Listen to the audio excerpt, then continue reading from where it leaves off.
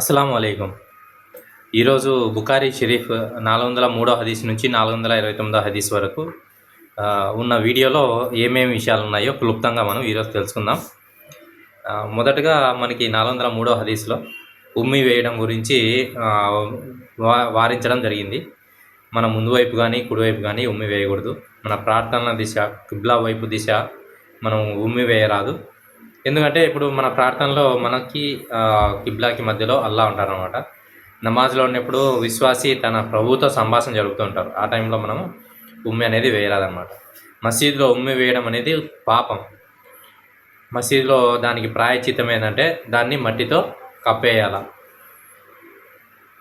ఇది మనకి ఉమ్మి మీద చాలా హదీసులు వచ్చాయి. దీని గురించి ప్రవక్త గారు అసహ్యం వ్యక్తం చేసినారు.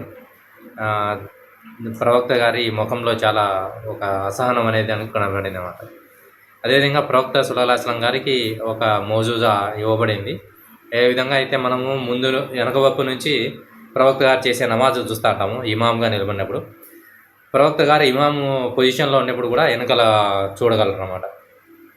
అదేవిధంగా మన ప్రవక్త సల్లల్లాహు అలైహి వసల్లం గారికి బెహ్రెయిన్ నుంచి భారీ మొత్తంలో సొమ్ము వస్తుంది.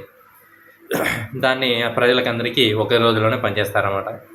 కొంతమంది అత్యాశకు పోయి ఎక్కువ సొమ్ము తీసుకోవడం చూసి ప్రవక్త గారు ఆశ్చర్యపోతారు. ఆ విధంగా ఏ పని చేసినా కానీ, మనము స్నానం చేసినా కానీ, తల దూవుకున్నా, చెప్పులు వేసుకున్నా, ప్రతి పని మనము కుడి పక్క నుంచి చేయాలన్నమాట.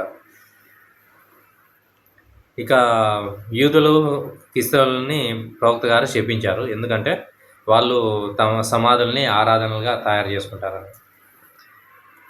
పునరుత్థాన దినంలో కూడా అత్యంత హీనమైన వారు ఎవరంటే వారి యొక్క సమాధుల్ని ప్రార్థనలుగా ప్రార్థనా స్థలాలుగా చేసుకుంటారు. వారిని హీనమైన జంతువులుగా వర్ణించడం జరిగింది. ప్రవక్త సల్లల్లాహు అలైహి వసల్లం గారికి ఏ ప్రవక్తకు ఇవ్వనటువంటి 5 బహుమానాలు ఇవ్వడం జరిగింది. సో వాటి గురించి కూడా మనము క్లుప్తంగా